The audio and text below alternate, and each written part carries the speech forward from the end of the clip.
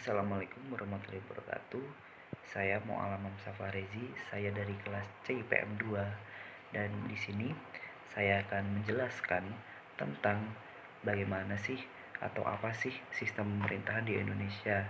Nah, itu nanti kaitannya untuk demokrasi itu apa, terus kita membahas juga struktur dari sistem pemerintahan Indonesia itu apa, dan yang terakhir kita juga akan membahas konsekuensi Indonesia memilih sistem pemerintahan itu. Oke, lanjut saja. Yang pertama,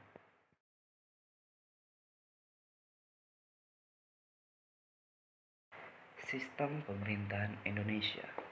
Sistem pemerintahan Indonesia saat ini adalah presidensial dengan bentuk pemerintahan republik dan sistem politiknya itu adalah demokrasi. Atau dalam versi lain, Indonesia bisa disebut sebagai negara kesatuan dengan bentuk republik yang menerapkan demokrasi Pancasila dengan sistem pemerintahan presidensial. Dan di sini saya akan menjelaskan lebih dalam tentang sistem pemerintahan Indonesia dari masa ke masa. Yang pertama itu ada dari masa Orde Lama, terus ada Orde Baru dan pasca Orde Baru. Langsung saja kita ke yang pertama, yaitu adalah Orde Lama. Jadi Orde Lama ini berlangsung kurang lebih dalam kurun waktu 1945 sampai 1966. Dan pada Orde Lama ini yang kita tahu sendiri dipimpin oleh presiden pertama yaitu Soekarno. Orde Lama ini adalah sebutan periode kepemimpinan politik di Indonesia sejak proklamasi hingga lengsernya Bung Karno sebagai presiden. Nah, pada masa ini negara Indonesia tuh masih disebut negara yang belum matang atau masih bayi. Nah, struktur politik dan pelaksanaan pemerintahannya belum bisa dikatakan stabil. Pada periode ini, ada dua tipe demokrasi yang diterapkan, yaitu demokrasi liberal dan demokrasi terpimpin. Pada awalnya itu demokrasi liberal dan setelah itu ada demokrasi terpimpin. Nah, selanjutnya ada demokrasi liberal. Saya menjelaskan tentang demokrasi liberal pada masa Bung Karno itu sendiri atau masa Orde Lama, yaitu masa ini adalah ditandai dengan adanya kebebasan untuk mendirikan partai politik. Jadi peranan partai politik dalam Orde Lama itu sangat dominan, yang artinya kekuatan masing-masing golongan atau kelompok yang secara ideologis berbeda satu sama lain. Karakteristik pada periode ini juga ditandai dengan lemahnya kekuasaan lembaga eksekutif di hadapan parpol. Nah, yang kedua ini adalah demokrasi terpimpin.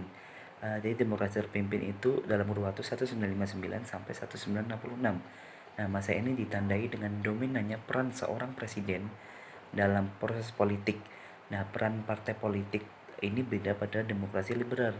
Pada demokrasi terpimpin, peran partai politik ini tidak terlalu kuat. Jadi kekuasaan Presiden Soekarno pada masa itu kan ditopang oleh Nasakom, gabungan kelompok politik yang berhaluan nasionalis, agama, dan komunis. Pada kenyataannya, gabungan kelompok tersebut bersitegang secara ideologis satu sama lain. Puncak ketegangan antara ketiga golongan tersebut adalah peristiwa kelam pada 30 September 1965 atau bisa kita sebut G30 SPKI. Lanjut saja ke kedua, yaitu ke Orde Baru. Jadi Orde Baru ini pada kurun waktu 1966 sampai 1998. Jadi Orde Baru ini tergolong lama, yaitu 32 tahun ya. Jadi sistem pemerintahan Orde Baru ini dimulai dengan munculnya dokumen Super Semar atau Surat Perintah 11 Maret yang berisi penyerahan wewenang kepada Jenderal Soeharto untuk mengkondisikan negara yang kacau akibat peristiwa G30S PKI. Di proses pemerintahan berjalan dengan dibenahinya seluruh sistem politik. Jadi pada Orde ini Partai Komunis Indonesia yang saat itu dianggap oleh rezim Orde Baru sebagai biang keladi dari G30S PKI ini secara formal jadi partai politik yang terlarang dan dilarang. Jadi semua itu diberantas sampai akar-akarnya oleh Soeharto. Di penyederhanaan partai politik dilakukan dengan memunculkan 3 parpol saja, yaitu ada Partai Persatuan Pembangunan, juga ada Golkar, dan ada Partai Demokrasi Indonesia. Sistem pemerintahan yang dijalankan pada masa ini diklaim sebagai demokrasi Pancasila. Klaim ini oleh pihak oposisi itu dinilai sangat problematis karena pemerintahan pada masa Soeharto adalah cenderung otoriter dan Pancasila dijadikan instrumen untuk melanggengkan kekuasaan. Nah, pada masa Orde ini Soeharto digulingkan oleh gerakan reformasi pada 1998 dan berhasil melengserkan Soeharto lah. Jadi selama 32 tahun dia memimpin. Pada masa Orde Baru ini pada menyebutnya dengan kata oligarki.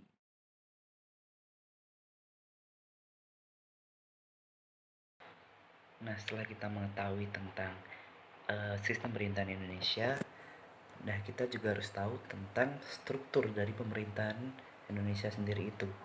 Dan yang pertama ini adalah struktur dari sistem pemerintahan Indonesia pada waktu Undang-Undang Dasar sebelum amandemen.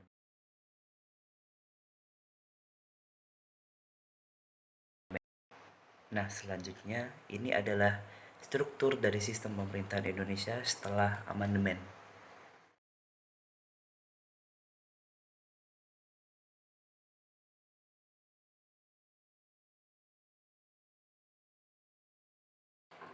Nah, kaitan sistem pemerintahan Indonesia yang sudah ada dijelaskan yaitu sistem presidensial dengan demokrasi. Sebelum itu kita mari mengulik apa sih itu demokrasi. Demokrasi itu adalah pemerintahan yang dari rakyat, oleh rakyat, dan untuk rakyat. Jadi hal ini berarti kekuasaan tertinggi dalam sistem demokrasi adalah di tangan rakyat, dan rakyat mempunyai hak, kesempatan, dan suara yang sama di dalam mengatur kebijakan pemerintah. Melalui demokrasi ini, keputusan yang diambil berdasarkan suara terbanyak.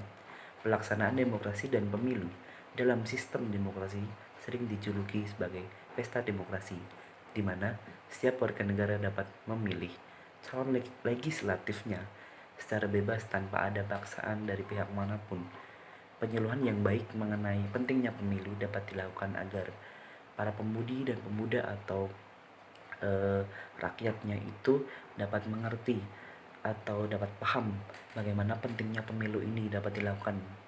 Itu karena pemudi itu adalah penentu nasib bangsa dengan cara menggunakan hak suara mereka, tetap ikut berkontribusi dalam terciptanya demokrasi Pancasila yang sebenarnya seperti tertuang dalam Pancasila dan juga Undang-Undang Dasar 1945.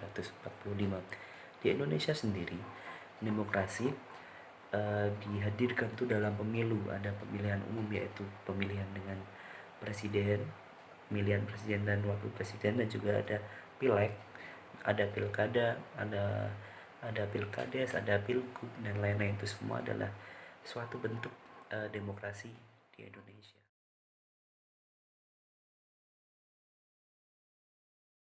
Seperti yang sudah saya jelaskan tadi, Indonesia adalah menganut sistem pemerintahan presidensial.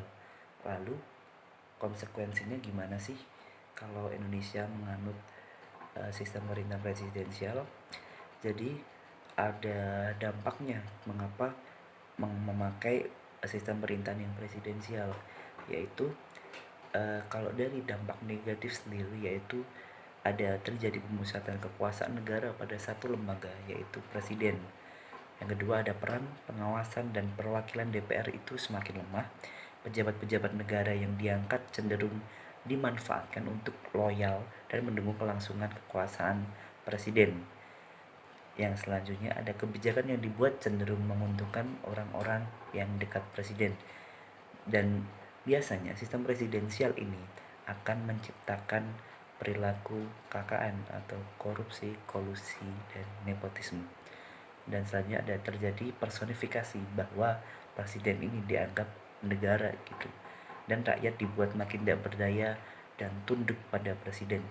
Tapi di balik dampak-dampak negatif itu pasti juga ada dampak positif. Itu dampak positif yang terjadi dari sistem pemerintahan presidensial ini adalah presiden dapat mengendalikan seluruh penyelenggaraan negara atau pemerintahan. Kedua, presiden menciptakan pemerintah yang kompak dan solid. Dan selanjutnya ada sistem pemerintahan lebih stabil, tidak mudah jatuh atau berganti. Nah, yang terakhir, konflik dan pertentangan antar pejabat dapat dihindari.